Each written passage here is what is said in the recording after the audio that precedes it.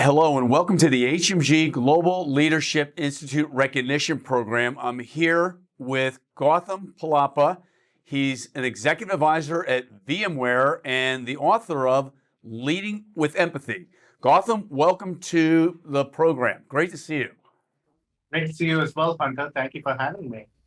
So tell us what's changed after 28 months? The endemic has all sorts of implications regarding leadership style and effective leadership. What is leading with empathy all about, and why is empathy so critically important? Yeah, that's a great start, Hunter. So, as we know, the world has shifted to a contactless, digital-first, remote experience, and it's crucial now more than ever for companies to transform. Like you mentioned, over the last 28 months, people have been trying to rethink and reimagine how they actually transform their organizations. And as a result of that, three traits have become essential for a digital transformation leader. The first one is authenticity. That has become one of the most crucial traits that a digital transformation leader has to embrace and demonstrate. And by authentic, I mean that you keep what I call the say to do ratio as close to one as possible, which means that if you say you're going to do something, you have to follow up and do it because your teams and your workforce and the market and everyone are looking to you to be that authentic person. But in order to be that, you also want to be approachable, you want to be attentive, you want to be appreciative, you want to be connected, and you want to be vulnerable. So there's a number of things that's going in there. The next thing that I say, the trait that has come up is empathic leadership, because everyone has been suffering. There's been so much of stress and anxiety that people have been facing. And so one of the primary goals of a leader has become to reduce the pain, be it for the customer or be it for the workforce. And that is what people are looking at as value that they want to derive out of it. And this requires empathy.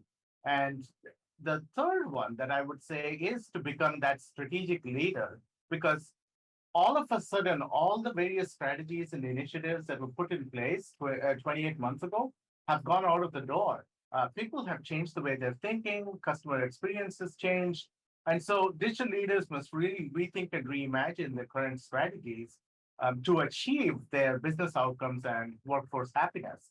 And I think this three things are what is elevating people as humans and increasing that empathic leadership within the organization. And so this is what excites me, that we are looking at a new era where empathic leadership and leading with empathy is so important in our workforce. Why does your brand matter more than ever? Like I said, people have to be, authentic, and they also need to be genuine, right? And if they have to be genuine, that means that they need to develop what they mean to the world and what they mean to themselves. So having a higher purpose and trying to align with something that is passionate to you is really important. So, for example, I have two primary beliefs. My first belief is that happy people are productive people. And then my second belief is that strategic disruption, not disruption for the sake of disruption, but strategic disruption is what leads to progress. And with these two primary beliefs that I have, I use it as my North Star and I help it guide into every single thing that I do. Because I believe that happy people are productive people, I believe that empathic leadership and then trying to help people overcome their stress and anxiety is really important. And by people, I mean, the workforce, because they are the true value creators within the organization. And then the customers, because at the end of the day, if the customer doesn't get value out of something that you're performing, you are not really delivering business value. And so trying to disrupt this hyper dynamic environment and delivering that customer value and that workforce value and making the people happy and be excited to follow along with you is what's really important and drives me. And that is what I believe is my brand and what I do on a day-to-day basis. Both as an executive advisor at VMware, I partner with executives and C-suite in various industry verticals and help them on the transformation, helping them change their strategies around people, process, and culture before they go into technology. Because technology can only be an enabler and it doesn't really generate value. And instead, it's the people. And so for me, people are the value creator, and that's what I drive towards, and that's my North Star.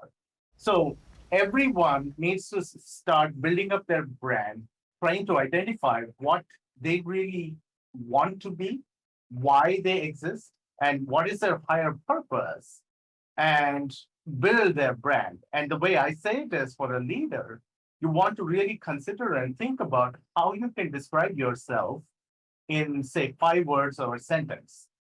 And that kind of introspection is really important right now. So for me, I would say that the way I would define myself is with 5 words: improving human quality of life. And that is my North Star. And so I would encourage all of the leaders to start reflecting upon what their passion is and how to introduce empathy and become that empathic leader to drive towards their passion and to do towards their North Star. What's the best way to get started? So the best way that I would like to do is to start off with what a SWOT analysis of yourself. So if you're in product or if you're a leader, you've gone through your SWOT analysis, which is of products, which is your strengths, weaknesses, opportunities, and threats. You want to identify what your strengths are. You want to recognize what your weaknesses are.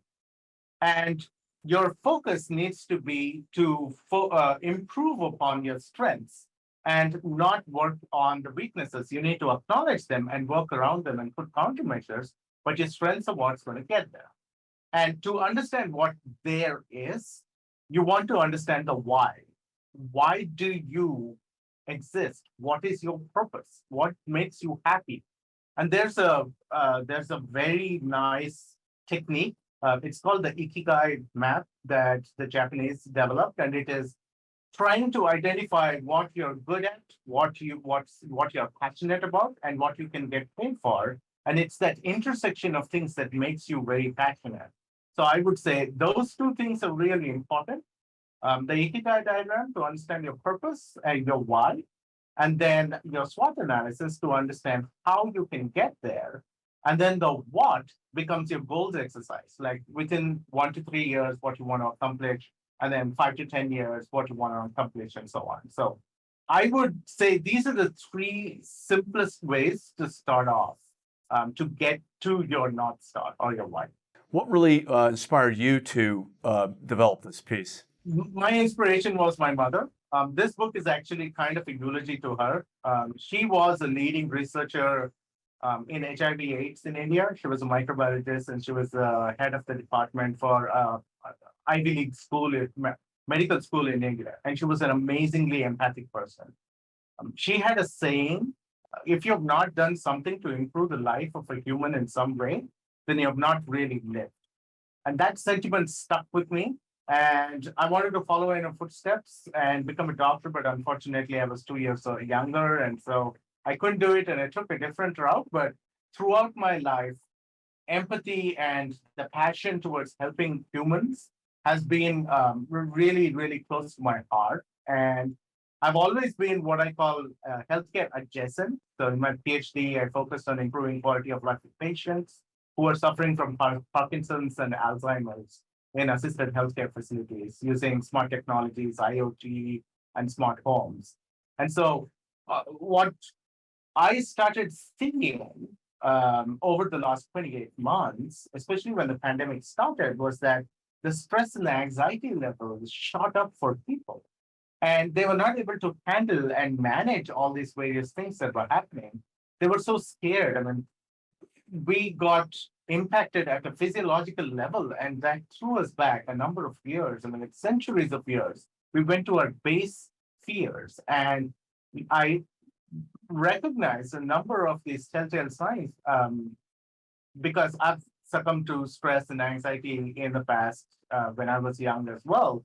And so I started empathizing with people and started talking about it and trying to help them, conducting workshops and trying to improve their stress and anxiety level. And then I was suggested to put it and share these various experiences that I've had with the world. And this is how the genesis of the book came out. I started writing about it, doing research, trying to understand the importance of stress, sharing personal stories that my mother and I had when I was growing up, how she tried to help people, how she was empathic, all the various techniques that leaders need to embrace in the companies, within the organizations, because everyone was struggling with stress at different levels. It was hybrid world environments, and then people didn't know how to work remotely. Some companies weren't even equipped for that. So sharing all those techniques